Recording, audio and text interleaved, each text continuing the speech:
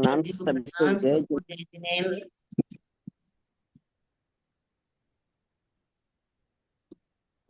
सभी व्रती को वंदना, बड़ों को प्रणाम, सभी को जय जिनेन्द्र। अवधान ओकारं बिंदु संयुक्तम नित्यम ध्यायन्ति योगिना कामदम मोक्षदम ओंकाराय नमो नमः। अविरल सदघन होगा प्रक्षालिसा कल भूतल कलंका विरूपासी तीर्था सरस्वती हरतुन दूरितम अज्ञानतिमिरांधनाम ज्ञानांजन शलाकया चक्षुरुन्मीलितं येन तस्मै श्री गुरुवे नमः। श्री परम गुरुवे नमः। परम्पराचार्य गुरुभ्यो नमः। सकल कलुष विध्वसकम श्री श्याम परिवर्धकम धर्म संबंधकम विचि मन प्रतिबोधकारकम पुण्य प्रकाश पापणासम दम शास्त्रम श्री उत्तर पुराण ग्रंथराज नामधेयम अस्य मूल ग्रंथ करता श्री सर्वज्ञ देवास्तद उत्तर ग्रंथ करता श्री गंधर देवा प्रतिगंधर देवा तेषां वचो सारता मासाद्य श्रीमत गुणभद्राचार्य न विरचितम दम शास्त्रम श्रोता सावधान ते शृण्वन्तु। मंगलम भगवान वीरो मंगलम गौतमो गणि मंगलम सर्वमंगल मांगल्यम सर्व कल्याण कारकम प्रधानम सर्वधर्माणाम जैनम जयतु शासनम जैनम जयतु शासनम जैनम जयतु शासनम सरस्वती नमस्तुभ्यं वरदे कामरूपिणी विद्यारंभम करिष्यामि सिद्धिर्भवतु मे सदा। द्वादशांग जिनवानी माता की जय। परम मांगलिक ग्रंथ उत्तर पुराण ग्रंथ राज की जय। आचार्य भगवंत श्री गुणभद्राचार्य की जय। पन्नालाल जी साहित्यकार की जय। अढ़ाई दीप में विराजमान सभी आचार्य उपाध्याय सर्व साधु के चरणों में नमस्तु नमस्तु नमस्तु।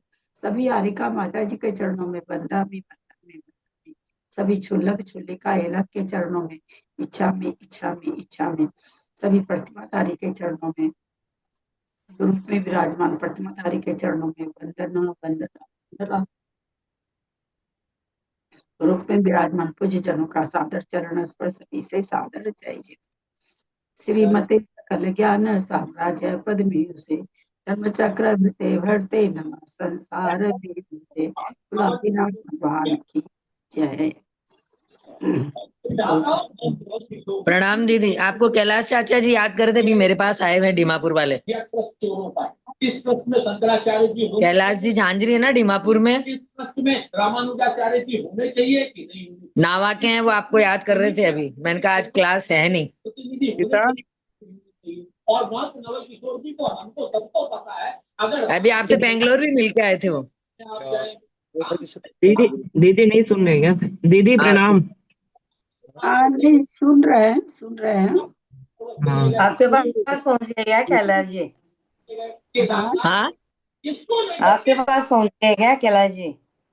हाँ, आज यहाँ मैं ना, वो मेरी बहन के चाचा ने से, और उनके बड़े भाई का लड़का मेरे इधर रहता है नीचे।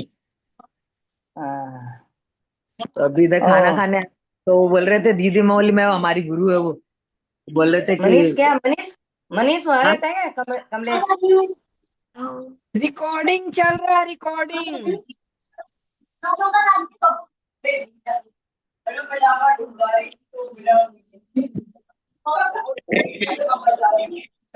दीदी पेज नंबर और वो बता दीजिए कहाँ से पढ़ रहे। दीदी दीदी प्रणाम। ये 72वां पर्व है से 140 तक पढ़े हैं ना? मालूम है भाई। इतना ही पढ़े, उसके बाद में तो अचानक एक क्लास बंद हो गया था ना उस दिन आपका। आपने बाहर चले गए थे क्या? क्या हुआ? आज वापस क्या शुरुआत से पढ़ना है क्या? कहाँ तक पढ़े मेरे को नहीं याद है, क्योंकि मेरा व्हाट्सएप उड़ गया था एक दिन पूरा, ही सारा सब डिलीट हो गए। 42 सचिन है। हाँ 141 तक पढ़े हैं वो। 72 पढ़े, वो तो 70 में चिन्ह किया हुआ है मेरे। 4 से 16 पढ़ना। दीदी दीदी क्या करें, शुरुआत से वापस पढ़ेंगे? कहाँ तक पढ़े लास्ट, या किसी को याद है कि लास्ट में कहाँ तक पढ़े थे? जैसे मन करता हो वैसे कर लो। शुरू से पढ़ लीजिए ना शर्मिला जी, काफी दिन हो गए। शुरू से पढ़ लीजिए, हाँ काफी दिन हो गए ना। ठीक है फिर। पढ़ लीजिए आप। मैं पढ़ रही हूँ फिर। है, प्रणाम दीदी।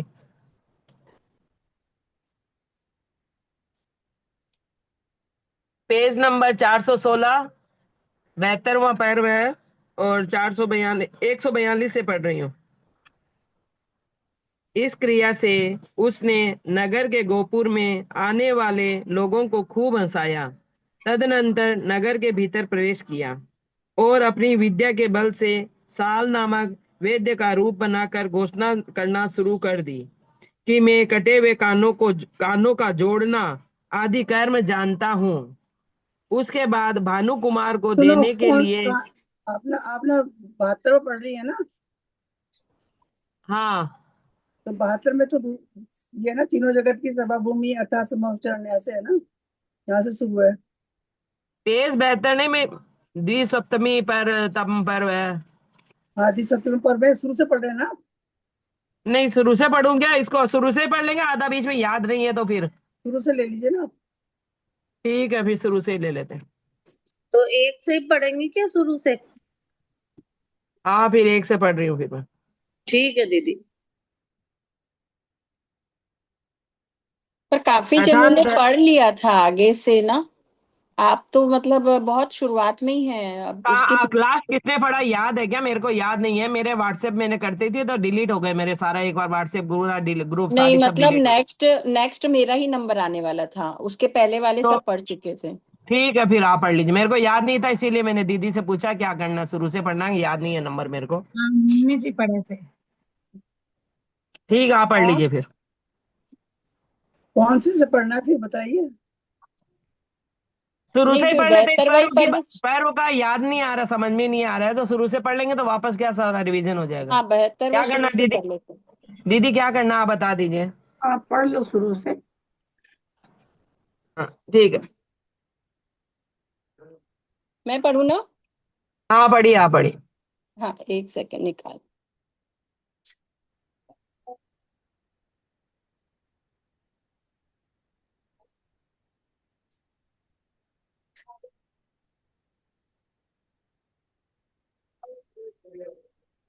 पेज नंबर 407 से है।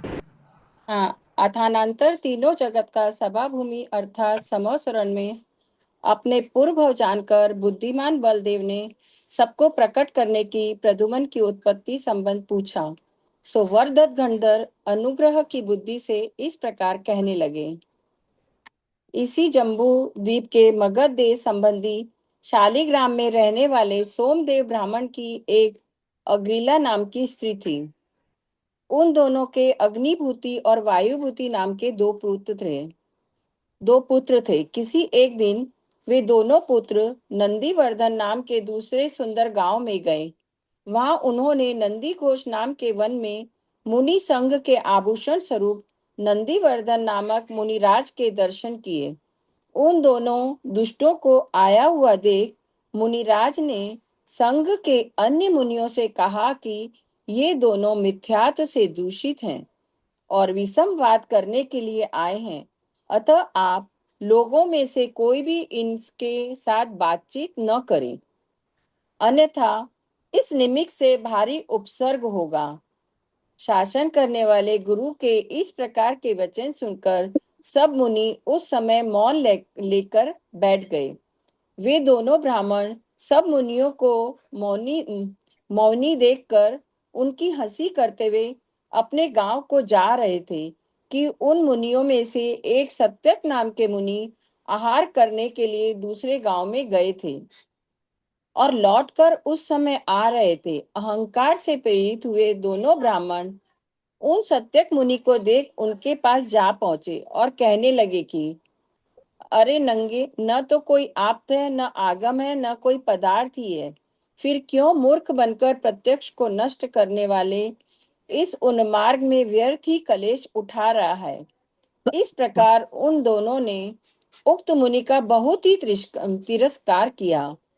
मुनि ने भी जिनेन्द्र भगवान के मुख कमल से निकले विवशित तथा अविवक्षित रूप से अनेक धर्मों का निरूपण करने वाले एवं प्रत्यक्ष सिद्ध द्रव्य तत्व का हेतु सहित कथन करने वाले अतिशय उत्कृष्ट स्याद्वाद का अवलंबन लेकर उसका उपदेश देने वाले आप्त की प्रामाणिकता सिद्ध कर दिखाई तथा परोक्ष तत्व के विषय में भी उन्हीं आप्त के द्वारा कथित आगम की समीचीन स्थिति का निरूपण कर उन दुष्ट ब्राह्मणों की वाद करने की खुजली दूर की एवं विद्वजनों के द्वारा समर्पण की हुई उनकी विजय पताका छीन ली। मान भंग होने से जिन्हें क्रोध उत्पन्न हुआ है, ऐसे दोनों ही पापी ब्राह्मण तीक्ष्ण शस्त्र लेकर दूसरे दिन रात्रि के समय निकले। उस समय शुद्ध चित्त के धारक वही सत्यक मुनि एकांत स्थान में प्रतिमा योग धारण कर विराजमान थे। सो वे पापी ब्राह्मण उन्हें शस्त्र मारने के लिए उद्यत हो गए। यह देखकर और यह अन्याय हो रहा है ऐसा विचार कर सुवर्ण यक्ष ने क्रोध में आकर उन दोनों ब्राह्मणों को किलित हुए के समान स्तंभित कर दिया, ज्यों का त्यों रोक दिया।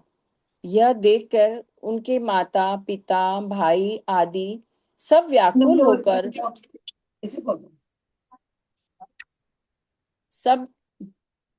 सब व्याकुल होकर मुनियों की शरण में आए। तब बुद्धिमान यक्ष ने कहा कि यदि तुम लोग हिंसा धर्म को छोड़कर जैन धर्म स्वीकृत करोगे तो इन दोनों का छुटकारा हो सकता है। यक्ष की बात सुनकर सब डर गए और कहने लगे कि हम लोग शीघ्र ही ऐसा करेंगे, अर्थात जैन धर्म धारण करेंगे। इतना कहकर उन लोगों ने मुनिराज की प्रदक्षिणा दी, उन्हें विधि पूर्वक प्रणाम किया और झूठ मूठ ही श्रावक धर्म स्वीकृत कर लिया। तदनंतर दोनों पुत्र जब किलित होने से छूट आए, तब उनके माता पिता आदि ने उनसे कहा कि अब यह धर्म छोड़ देना चाहिए, क्योंकि कारणवश ही इसे धारण कर लिया था। उन पुत्रों की काल अवधि अनुकूल थी, अतः वे अपने द्वारा ग्रहण किए हुए सन्मार्ग से विचलित नहीं हुए। पुत्रों की यह प्रवृत्ति देख उनके माता पिता आदि उनसे क्रोध करने लगे और मरकर पाप के उदय से दीर्घ काल तक अनेक कुगतियों में भ्रमण करते रहे। उधर उन दोनों ब्राह्मण पुत्रों ने व्रत सहित जीवन पूरा किया, इसलिए मरकर सौधर्म स्वर्ग में 5 पल्ले की आयु वाले पारिषद जाति के श्रेष्ठ देव हुए। वहां पर उन्होंने अनेक उत्तम सुख भोगे। तदनंतर इसी जम्बू द्वीप के कौशल देश संबंधी अयोध्या नगरी में शत्रुओं को जीतने वाला अरिंजय नाम का पराक्रमी राजा राज्य करता था। उसी नगरी में एक अर्हदास नाम का सेठ रहता था। उसकी स्त्री का नाम वप्रश्री था। वे अग्नुभूति और वायुभूति के जीव 5वें सर्ग से चय कर उन्हीं अर्हदास और वप्रश्री के क्रमशः पूर्णभद्र और मणिभद्र नाम के पुत्र हुए। किसी एक दिन राजा अरिंजय सिद्धार्थ नामक वन में विराजमान महेंद्र नाम के गुरु के समीप गया। वहां उसने अनेक लोगों के साथ धर्म का उपदेश सुना, जिससे उसकी बुद्धि अत्यंत पवित्र हो गई और उसने भार धारण करने में समर्थ अरिंदम नामक पुत्र के ऊपर राज्यभार रखकर अहरदास आदि के साथ संयम धारण कर लिया। उसी समय पूर्णभद्र नामक श्रेष्ठ पुत्र ने मुनिराज से पूछा कि हमारे पूर्व भव के माता पिता इस समय कहाँ पर हैं? उत्तर में मुनिराज कहने लगे कि तेरे पिता सोमदेव ने जिन धर्म से विरुद्ध होकर बहुत पाप किए थे, अतः वह मरकर रत्न प्रभा पृथ्वी के सर्पावती नाम के बिल में नारकी हुआ था और वहां से निकलकर अब इसी नगर में कागझंग नाम का चांडाल हुआ है। इसी तरह तेरी माता अग्निला का जीव मरकर उसी चांडाल के घर कुत्ती हुआ है। मुनिराज के वचन सुनकर पूर्णभद्र ने उन दोनों जीवों को संबोधा। जिससे उपशम भाव को प्राप्त होकर दोनों ने विधि पूर्वक संन्यास धारण किया और उसके फल स्वरूप कागजांग तो नंदीश्वर द्वीप में कुबेर नाम का व्यंतर देव हुआ और कुत्ती उसी नगर के स्वामी अरिंदम नामक राजा की श्रीमती नाम की रानी से सुप्रभुदा नाम की प्यारी पुत्री हुई। एक बार जब वह प्रश्न नंबर बोलिए ना प्लीज। Page number. है page number. Page number actual में मैं आईपैड से कर रही हूँ तो पेज नंबर और कोई बोल दे। 409। हाँ मेरे में 426 है। 409 ही है। जब वह पूर्ण यौवन युवती होकर स्वयंवर मंडप की ओर जा रही थी तब उसके पूर्व जन्म के पति कुंवर नामक यक्ष ने उसे समझाया, जिससे उसने प्रियदर्शना नाम की आरिका के पास जाकर दीक्षा धारण कर ली और आयु के अंत में वह सौधर्म इंद्र की मणिचूला नाम की रूपवती देवी हुई। इधर पूर्णभद्र और उसके छोटे भाई मणिभद्र ने बड़ी दृढ़ता से श्रावक के व्रत पालन किए, शास्त्र क्षेत्रों में धन खर्च किया और आयु के अंत में दोनों ही सौधर्म नामक स्वर्ग में सामानिक जाति के देव हुए। वहां उनकी 2 सागर की आयु थी।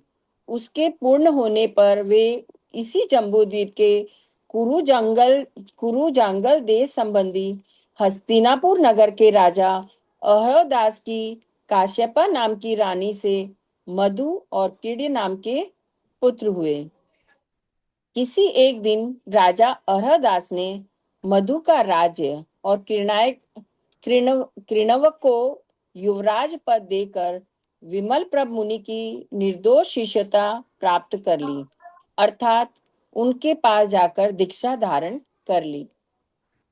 किसी समय अमलकंठ नाम का नगर का राजा कनकरथ हेमरथ राजा मधु की सेवा करने के लिए उसके नगर आया था। वहां उसकी कनकमाला नाम की स्त्री को देखकर राजा मधु काम से पीड़ित हो गया। ये पहले भी आया है ना ये स्टोरी में। निदान उसने कनकमाला को स्वीकृत कर लिया, अपनी स्त्री बना लिया। इस घटना से राजा कनकरथ को बहुत निर्वेद हुआ, जिससे उसने द्विजटी नामक तापस के पास व्रत ले लिए। इधर मधु और कृणव का काल सुख से व्यतीत हो रहा था। किसी एक दिन मधु ने विमल वाहन नामक मुनिराज से अच्छी तरह धर्म का स्वरूप सुना। उसके अपने दुराचार की निंदा की और क्रीडव के साथ साथ संयम धारण कर लिया। आयु के अंत में विधि पूर्वक आराधना कर मधु और क्रीडव दोनों ही महाशुक्र स्वर्ग में इंद्र हुए। आयु के अंत में वहां से च्युत होकर बड़ा भाई मधु का जी अपने अवशिष्ट पुण्य कर्म के उदय से शुभ स्वप्नपुर के रुक्मणी के पुत्र उत्पन्न हुआ है। सो ठीक ही है, क्योंकि दुराचार के द्वारा कमाया हुआ पाप सम्यक चारित्र के द्वारा नष्ट हो ही जाता है।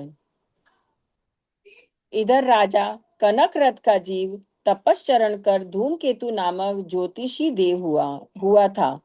वह बालक प्रदुमन के पूर्व भव में संचित किए हुए तीव्र पाप के समान जान पड़ता था। किसी दूसरे दिन वह इच्छा अनुसार विहार करने के लिए आकाश में वायु के समान वेग से जा रहा था कि जब उसका विमान चरम शरीरी प्रदुमन के ऊपर पहुंचा तब वह ऐसा रुक गया मानो किसी दूसरे ने उसे पकड़कर रोक लिया हो। यह कार्य किसने किया है, यह जानने के लिए जब उसने उपयोग लगाया तब विमंगावधि ज्ञान से उसे मालूम हुआ कि यह हमारा पूर्व जन्म का शत्रु है। जब मैं राजा कनकरथ था तब इसने दर्पवश मेरी स्त्री का अपहरण किया था। अब इसे उसका फल अवश्य ही चखाता हूँ। ऐसा विचार कर वह वैर रूपी अग्नि से प्रज्वलित हो उठा। वह अंतःपुर में रहने वाले लोगों को महानिंद्रा से अचेत कर बालक प्रद्युम्न को उठा लाया और आकाश मार्ग से बहुत दूर ले जाकर सोचने लगा कि मैं इसकी ऐसी दशा करूंगा कि जिससे चिरकाल तक महादुख भोग कर प्राण छोड़ दे, मर जावे। ऐसा विचार कर वह बालक के पुण्य से प्रेरित हुआ आकाश से नीचे उतरा और खदीर नाम की अटवी में तक्षक शिला के नीचे बालक को रखकर चला गया। उसी समय विजयार्थ पर्वत की दक्षिण श्रेणी के आभूषण स्वरूप मृतवती नामक देश के कालकूट नगर का स्वामी काल संवर नाम का विद्याधर राजा अपनी कंचन माला नाम की स्त्री के साथ जिनेन्द्र भगवान की प्रतिमाओं की पूजा करने के लिए जा रहा था। वह उस बड़ी भारी शिला के समस्त अंगों को जोर से हिलाता देख आश्चर्य में पड़ गया। सब और देखने पर उसे देदीप्यमान कांति का धारक बालक दिखाई दिया। देखते ही उसने निश्चय कर लिया कि यह सामान्य बालक नहीं है, कोई पूर्व जन्म का वैरी पापी जीव क्रोधवश इसे यहाँ रख गया है। हे प्रिय, देख यह कैसा बाल सूर्य के समान देदीप्यमान हो रहा है, इसलिए हे सुंदरी, यह तेरा ही पुत्र हो, तू इसे ले ले। इस प्रकार बालक को उठाकर विद्याधर ने अपनी स्त्री से कहा। विद्याधरी ने उत्तर दिया कि यदि आप इसे युवराज पर देते हैं तो मैं ले लूंगी। राजा ने इसकी बात स्वीकार कर ली और रानी के कान में पड़े हुए सुवर्ण के पत्र से उसका पट बंद कर दिया। इस प्रकार राजा काल संवर और रानी कांचनमाला ने उस बालक को लेकर अनेक उत्सवों से भरे हुए अपने नगर में प्रवेश किया और बालक का विधि पूर्वक देवदत्त नाम रखा। उस बालक के लालन पालन तथा लीला के विलासों से जिनका चित्त प्रसन्न हो रहा है और जो सदा उत्तमोत्तम सुखों का अनुभव करते रहे हैं, ऐसे राजा रानी का समय बिना किसी छल से व्यतीत होने लगा। इधर जिस प्रकार दावानल ने गुलाब की बेल जलने लगती है, उसी प्रकार पुत्र विरह के कारण रुक्मणी शोकाग्नि से जलने लगी। जिस प्रकार चरित्रहीन मनुष्य की दया भाव से रहित संपत्ति शोभा नहीं देती, अथवा जिस प्रकार कार्य और अकार्य के विचार में शिथिल बुद्धि सुशोभित नहीं होती, और जिस प्रकार काल पाकर जिसका पानी बरस चुका है, ऐसी मेघमाला सुशोभित नहीं होती, उसी प्रकार वह रुक्मणी भी सुशोभित नहीं हो रही थी। सो ठीक ही है, क्योंकि प्राण निकल जाने पर शरीर की शोभा कहाँ रहती है। रुक्मणी की भांति श्री कृष्ण भी पुत्र के वियोग से शोक को प्राप्त हुए। सो ठीक ही है, क्योंकि जब वृक्ष और लता का संयोग रहता है, तब उन्हें नष्ट करने के लिए अलग अलग वज्रपात की आवश्यकता नहीं रहती। जिस प्रकार प्यास से पीड़ित मनुष्य के लिए जलाशय का मिलना सुखदायक होता है और मयूर के लिए मेघ का आना सुखदायी होता है, उसी प्रकार श्री कृष्ण के को सुख देने के लिए नारद उनके पास आया। उसे देखते ही श्री कृष्ण ने बालक का सब वृतांत सुनाकर कहा कि जिस किसी भी उपाय से जहां कहो भी संभव हो, आप उस बालक की खोज कीजिए। यह सुनकर नारद कहने लगा कि सुनो, पूर्व विदेश क्षेत्र की पुंडरीकिणी नगरी में स्वयंवर तीर्थंकर से मैंने बालक की बात पूछी थी। अपने प्रश्न के उत्तर में मैंने उनकी वाणी से बालक के पूर्व भाव जान लिए हैं। वह वृद्धि का स्थान है, अर्थात सब प्रकार से बढ़ेगा, उसे बड़ा लाभ होगा और 16 वर्ष बाद उसका आप दोनों के साथ समागम हो जाएगा। इस प्रकार नारद ने जैसा सुना था वैसा ही कृष्ण तथा रुक्मणी को समझा दिया। जिस प्रकार जिनेन्द्र भगवान का जन्म होते ही देवों की सेना तथा मनुष्य लोक में परम हर्ष उत्पन्न होता है, उसी प्रकार नारद के वचन सुनते ही रुक्मणी तथा श्री कृष्ण को परम हर्ष उत्पन्न हुआ। उधर पुण्यात्मा देवदत्त प्रद्युमन कर्म क्रम से नव यौवन को प्राप्त हुआ। किसी एक समय अतिशय बलवान प्रद्युमन पिता की आज्ञा से सेना साथ लेकर अपने पराक्रम से स्वयं ही अग्निराज शत्रु के ऊपर जा चढ़ा और उसे युद्ध में प्रताप रहित बनाकर जीत कर ले आया तथा पिता को सौंप दिया। उस समय राजा काल संवरण ने जिसका पराक्रम देख लिया है, ऐसे प्रद्युमन का श्रेष्ठ वस्तुएं देकर बहुत भारी सम्मान किया।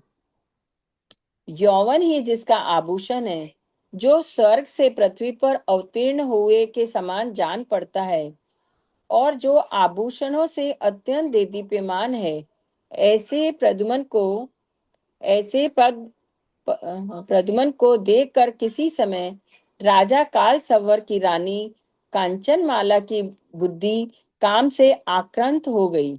वह पूर्व जन्म से आए हुए स्नेह के कारण अनेक विकार करने लगी तथा पाप से युक्त हो अपने मन का भाव प्रकट करती हुई कुमार से कहने लगी कि हे कुमार, मैं तेरे लिए प्रगति नाम की विद्या देना चाहती हूँ, उसे तू विधि पूर्वक ग्रहण कर।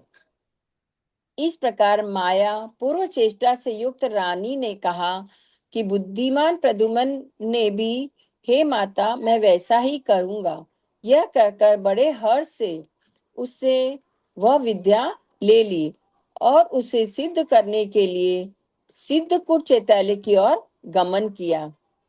वहां जाकर उसने चारण रिद्धिधारी मुनियों को नमस्कार किया, उनसे धर्मोपदेश सुना और तदनंतर उनके कहे अनुसार विद्या सिद्ध करने के लिए सजयंत मुनि की प्रतिमा का आश्रय लिया।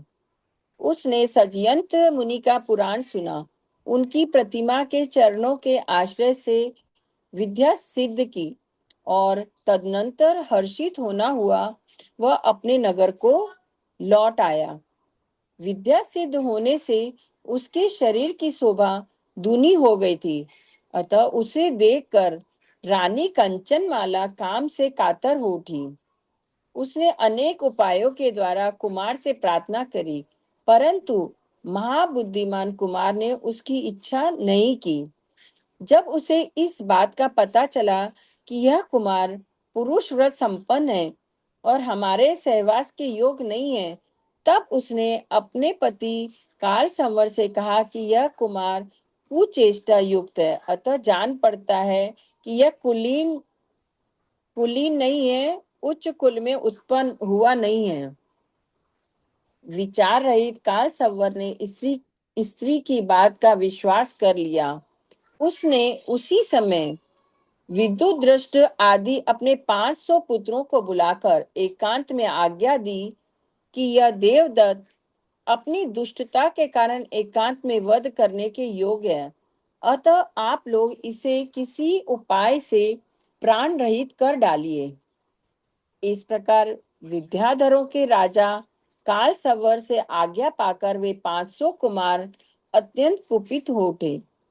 वे पहले ही उसे मारने के लिए परस्पर सलाह कर चुके थे।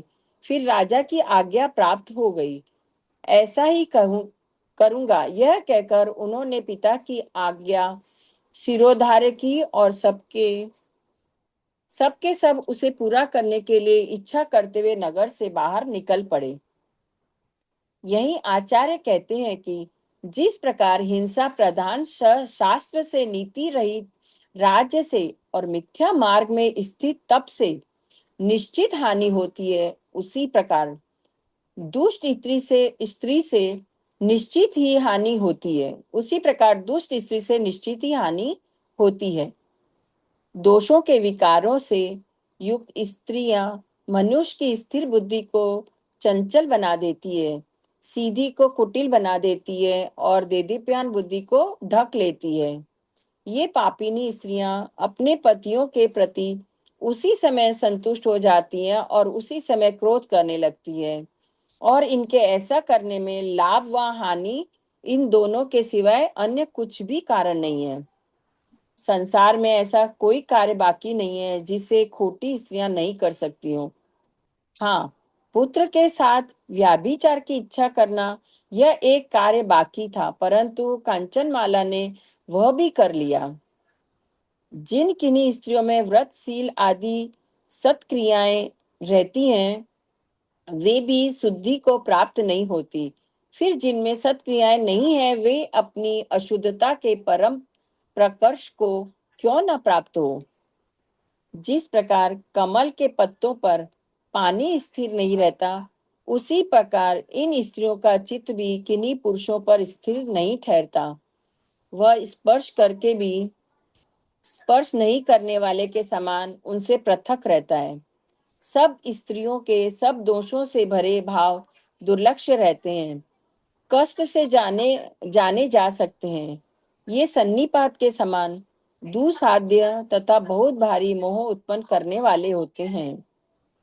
कौन किसके प्रति किस कारण से क्या कहता है, इस बात का विचार कार्य करने वाले मनुष्य को अवश्य करना चाहिए, क्योंकि जो इस प्रकार का विचार करता है वह इस लोक तथा परलोक संबंधी कर्मों में कभी प्रताड़ना को प्राप्त नहीं होता, ठगाया नहीं जाता। यह वक्ता प्रामाणिक वचन बोलता है या नहीं, इस बात की परीक्षा विद्वान पुरुष को उसके आचरण अथवा ज्ञान से स्पष्ट ही करना चाहिए। नयों के जानने वाले मनुष्य को पहले यह देखना चाहिए कि इसमें यह बात संभव है भी या नहीं। इसी प्रकार जिसे लक्ष्य कर वचन कहे जाएं, पहले उसके आचरण से उसकी परीक्षा कर लेनी चाहिए। विचार कर कार्य करने वाले मनुष्य को शब्द अथवा अर्थ के द्वारा कहे हुए पदार्थ का यह विश्वास करने के योग्य है अथवा नहीं, इस प्रकार स्पष्ट ही परीक्षा कर लेनी चाहिए। यह जो कह रहा है सो भय से कह रहा है या स्नेह से कह रहा है, यह लोभ से कह रहा है या मात्सर्य से कह रहा है या क्रोध से कह रहा है या लज्जा से कह रहा है या अज्ञान से कह रहा है या जानकर कह रहा है और या दूसरों की प्रेरणा से कह रहा है। इस प्रकार बुद्धिमान मनुष्य को निमित्तों की परीक्षा कर लेनी चाहिए। जो मनुष्य इस प्रकार प्रवृत्ति करता है वह विद्वानों में विद्वान माना जाता है। 101 तक अच्छी और बुरी आज्ञा देने में जो शिष्ट पुरुष भी भूल कर जाते हैं, वह बड़े कष्ट की बात है। यह बात दुष्टा स्त्री अपने स्त्री स्वभाव के कारण नहीं समझ पाती है। जय जिनेन्द्र सबको। मेरा हो गया।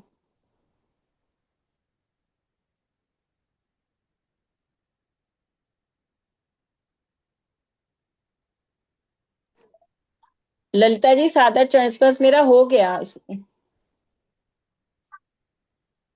है क्या? समय जी बताओ। एक मिनट, मेरे पास वो लिस्ट नहीं मिल रही है। अच्छा, आपके पास आपका है क्या नाम लिस्ट? सरोजन है ना? इनका नाम सरोजन है ना? हाँ, मेरे से आगे वाले पुष्पा पढ़ेंगे। लोहारिया है उसके आगे। सरोजन से आगे पुष्पा लोहारिया है। हाँ हाँ, उसके एक बिना बार मिनट में। त्रिशला भाभी जी, आप है ना मेरे को ये हाँ, भेज दीजिएगा, फॉरवर्ड कर दीजिएगा, भेज क्योंकि मेरा वो सारा व्हाट्सएप उड़ गया ना, कुछ नहीं मिल रहा मेरे को। भेज। अतानंतर वे विद्युत दंष्टर आदि 500 राजकुमार प्रद्युम्न को उत्साहित कर उसी समय विहार करने के लिए वन की ओर चल दिए। वहां जाकर उन्होंने प्रद्युम्न के लिए अग्निकुंड दिखाकर कहा कि जो इसमें कूदते हैं वे निर्भय कहलाते हैं। उनकी बात सुनकर प्रद्युम्न निर्भय हो उस अग्नि कुंड में कूद पड़ा। सो ठीक ही है, क्योंकि भाग्य से प्रेरित हुआ बुद्धिमान मनुष्य किसी कार्य का विचार नहीं करता। उस कुंड में कूदते ही वहां का रहने वाली देवी ने उसकी अगवानी की तथा स्वर्णमय वस्त्र और आभूषण आदि देखकर उसकी पूजा की।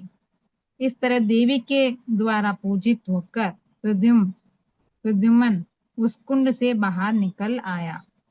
इस घटना से उन सबको आश्चर्य हुआ। तदंतर वे दुष्ट उसे उत्साहित कर फिर के चले और मेष के आकार के 2 पर्वतों के बीच में उसे घुसा दिया। वहां 2 पर्वत मेष का आकार रख दोनों ओर से उस पर गिरने लगे। तब भुजाओं से सुशोभित प्रद्युम्न उन दोनों पर्वतों को रोककर खड़ा हो गया। ये देख वहां रहने वाले देवी ने संतुष्ट होकर उसे मकर के चिन्ह से चिन्हित रत्नमयी 2 दिव्य कुंडल दिए। वहां से निकलकर प्रद्युम्न भाइयों के आदेश अनुसार बराह पर्वत की गुफा में घुसा। वहां एक बराह नाम का भयंकर देव आया तो प्रद्युम्न ने एक हाथ से उसकी दाढ़ पकड़ ली और दूसरे हाथ से उसका मस्तक ठोकना शुरू किया। इस तरह वह दोनों जबड़ों के बीच में लीलापूर्वक खड़ा हो गया। रुक्मिणी के पुत्र प्रद्युम्न की चेष्टा देखकर वहां रहने वाले देवी ने उसे विजय घोष नाम का शंख और महाजाल में 2 वस्तुएं दी, जो ठीक ही है, क्योंकि पुण्यात्मा जीवों को कहाँ लाभ नहीं होता है। इसी तरह उसने काल नामक गुफा में जाकर महाकाल नामक राक्षस को जीता और उससे वृष नाम का रथ तथा रत्नमय कवच प्राप्त किया। आगे चलकर किसी विद्याधर को 2 वृक्षों के बीच में किलित कर दिया था। वह प्रद्युम्न को दिखाई दिया। वह किलित हुआ विद्याधर असह्य वेदना से दुखी हो रहा था। यद्यपि उसके पास बंधन से छुड़ाने वाली गुटिका थी, परंतु किलित होने के कारण वह उसका उपयोग नहीं कर सकता था। उसे देखते ही प्रद्युम्न उसके पास गया और उसके संकेतों को समझ गया। उसने विद्याधर के पास की गुटिका लेकर उसकी आंखों पर फेरा और उसे बंधन से मुक्त कर दिया। इस तरह उपकार करने वाले प्रद्युम्न ने उस विद्याधर से सुरेंद्र जाल, नरेंद्र जाल और प्रस्तर नाम की 3 विद्याएं प्राप्त की। तदंतर वह प्रद्युम्न सहस्रवक्त्र नाम का नागकुमार के भवन में गया।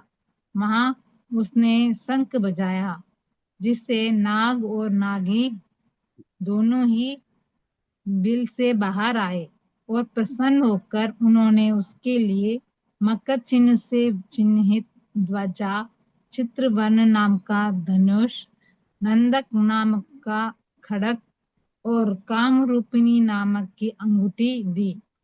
वहां से चलकर उसने एक केत का वृक्ष हिलाया, जिसके ऊपर से रहने वाली देवी से आकाश में चलने वाली 2 अमूल्य पादुकाएं प्राप्त की।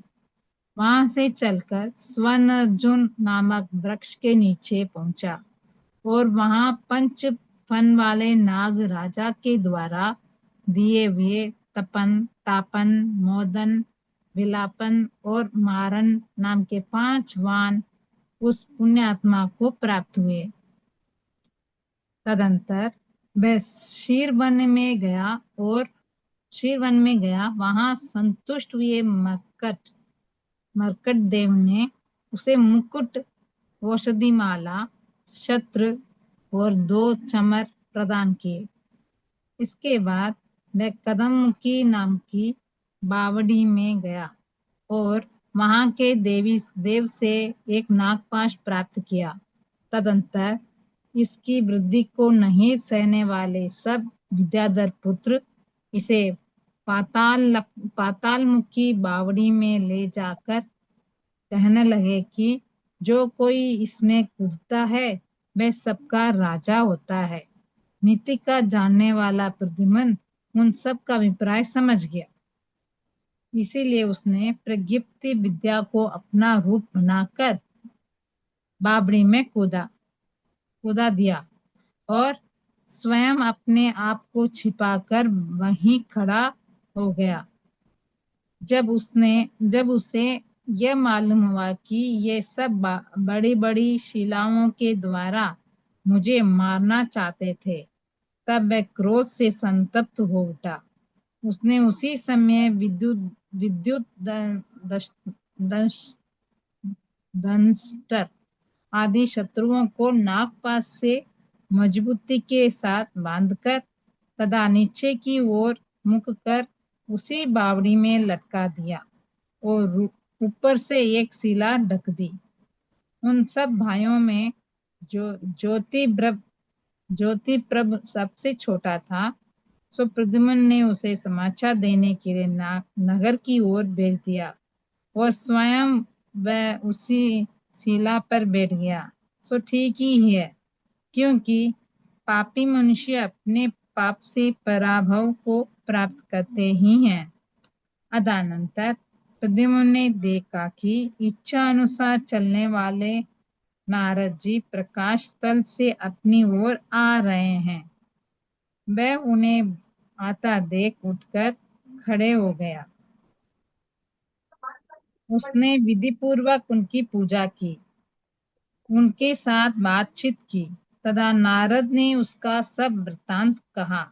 उसे सुनकर प्रद्युम्न बहुत संतुष्ट हुआ और उस पर विश्वास कर वहीं बैठ गया। शत्रु की सेना का आगमन देखकर वह आश्चर्य में पड़ गया। थोड़े ही देर बाद जिस प्रकार वर्षा ऋतु में बादलों का समूह सूर्य को घेर लेता है, उसी प्रकार अकस्मात विद्याधर राजा की सेना ने प्रद्युम्न को घेर लिया, परंतु प्रद्युम्न ने युद्ध कर उन काल संवर आदि समस्त विद्याधरों को पराजित कर दिया। तदनंतर उसने राजा कालस्वर के लिए उनके पुत्रों का समस्त वृत्तांत सुनाया, शिला हटाकर नागपाश दूर किया और सबको बंधन रहित किया। इसी तरह नारद के आने का कारण भी विस्तार के साथ कहा। तत्पश्चात वे राजा कालसंवर की अनुमति लेकर वृषभ नामक रथ पर सवार हो नारद के प्रति रवाना हुआ। बीच में नारद जी के द्वारा कहे हुए अपने पूर्व भावों का संबंध सुनता हुआ वह हस्तिनापुर जा पहुंचा। वहां के राजा दुर्योधन की जलदी नाम की रानी से उत्पन्न हुई एक उदती कुमारी नाम की उत्तम कन्या थी। भानुकुमार को देखने के लिए उसका महाभिषेक रूप उत्सव हो रहा था। उसे देख प्रद्युम्न ने प्रस्तर विद्या से उत्पन्न एक शिला के द्वारा नारद जी को तो रथ पर ही ढक दिया और आप स्वयं रथ से उतरकर पृथ्वी तल पर आ गया और उन लोगों की बहुत प्रकार की हंसी कर वहां से आगे बढ़ा। चलते चलते वे मथुरा नगर के बाहर पहुंचा। वहां पर पांडव लोग अपनी प्यारी पुत्री भानुकुमार को देने के लिए जा रहे थे।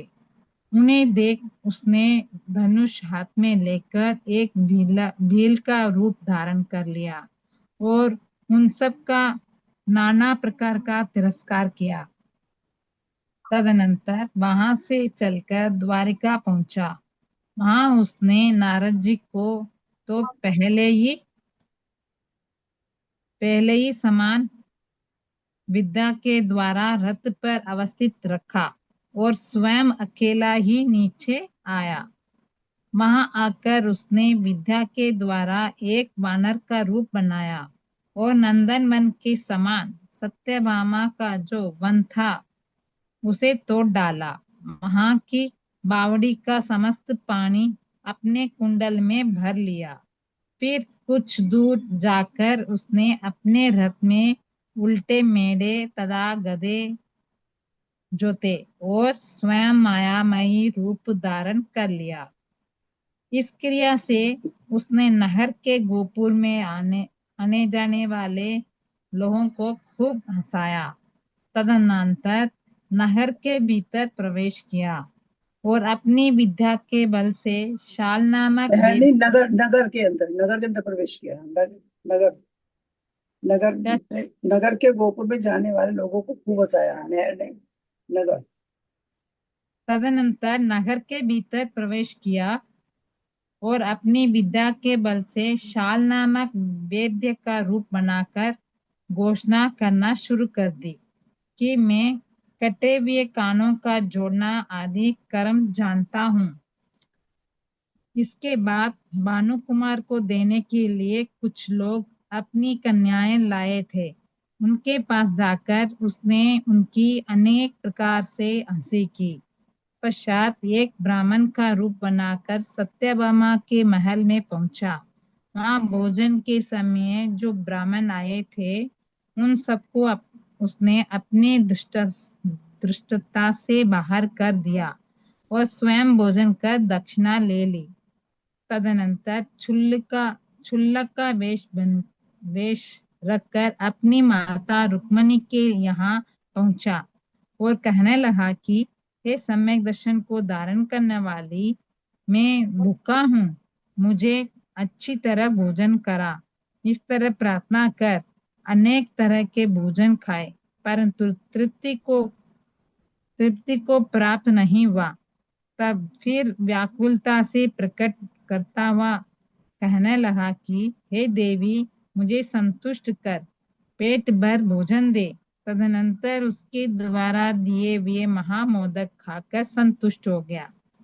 भोजन के पश्चात वह कुछ शांतचित्त होकर वहीं पर सुख से बैठ गया। उसी समय रुक्मिणी ने देखा कि असमय में ही चंपक तथा अशोक के फूल गए और सारा का सारा वन भ्रमरों तथा कोकिलाओं के मनोहर गुंजन से सद्यमायन हो रहा है। ये देख वह आश्चर्यचकित बड़े हर्ष से पूछने लगी कि हे भद्र, क्या आप मेरे पुत्र हैं और नारद के द्वारा कहे हुए समय पर आए हैं? माता का ऐसे प्रश्न सुनते ही प्रद्युम्न ने अपना असली रूप प्रकट कर दिया और उसके चरण नकों की किरण रूप मंजरी को सिर पर रखकर उसे अपना सब वृत्तांत कह सुनाया। माता के साथ भोजन किया, उसकी इच्छा अनुसार बाल काल की क्रीड़ाओं से उसे परम प्रसन्नता प्राप्त कराई और पूर्व जन्म में उपार्जित अपूर्व पुण्य कर्म के उदय से सम्मान वही ठहर गया। उसी समय एक नाई रुक्मणी के पास आया। हो गया, टाइम तो हो गया। अब आज छोड़ देंगे दीदी, क्या करना। शुरू लेट किए थे तो लेट थोड़ी पढ़ना, और थोड़ी पढ़ना। टाइम हो गया वैसे। पढ़ूं क्या? कल पढ़ लीजिएगा आगे वाले। दीदी ठीक। दीदी क्या बोल रही?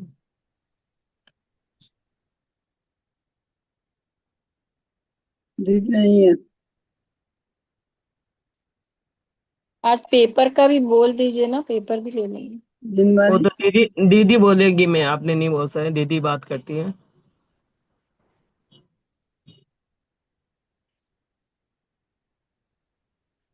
जिनवानी स्तुति पढ़ लीजिए। और पेपर क्या 149 तक होगा? पेपर क्या? पेपर 149 तक का होगा क्या? 150 तक हो गया। हाँ, 150 हो गया ना, तो पेपर 150 तक आएगा। 171 का भी तो बाकी है ना, 300 से 420 का। 71 का बाकी है ना 71 अभी। का 300 से 420 कितना है ना, उतना बाकी है ना। 71 का 71 का भी एक बाकी है। 462 तक, 300 से 462 तक का। ठीक है। आप जिनवानी स्तुति कर लीजिए।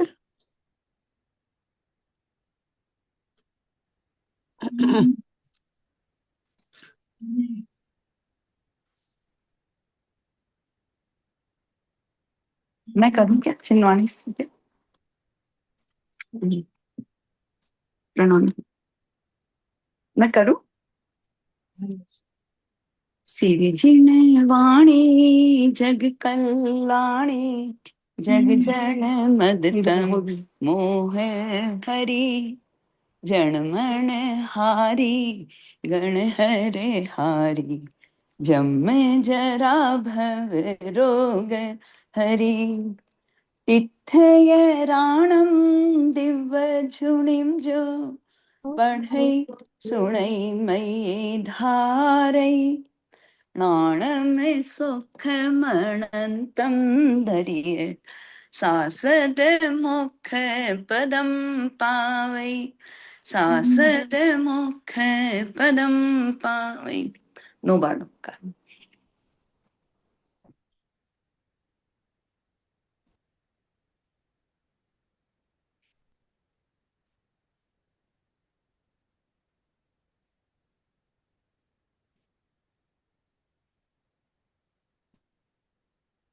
अंजना जी को वंदना, बड़ों का सादर प्रणाम, सबको जय जिनेन्द्र। दीदी को चरण दीदी को वंदना, दीदी को सादर चरण स्पर्श, सभी बड़ों को सादर प्रणाम। को वंदना, बड़ों को प्रणाम, सभी को सादर जय सबको जिनेन्द्र। जय जिनेन्द्र, जय जिनेन्द्र। ललिता अंजना दीदी जी को को सादर वंदना, चरण दीदी छूए, को सभी प्रणाम, बड़ों को सभी बड़ों को प्रणाम, प्रणाम, सभी सभी को को जय चरण जिनेन्द्र। वंदना व्रतियों ललिता को सभी प्रणाम बड़ों को अंजलि सादर सभी को प्रणाम, प्रणाम, सबको सभी को सादर जय जिनेन्द्र। सभी को प्रणाम, बाकी सभी को जय। दिलवाणी माता ललिता जी को धो करते हैं, अंजना जी को वंदना, सबको सादर जय जिनेन्द्र। वृत्ति को वंदना, सभी बड़ों को प्रणाम, ललिता जी को चरण स्पर्श। माधारी को वंदना, बड़ों को प्रणाम, सबको सबको सादर जय जिनेन्द्र। क्लास एंड कर रही हूँ। क्या वो ललिता जी बहुत साउंड कर रहे हैं, सुस्त सुस्त है।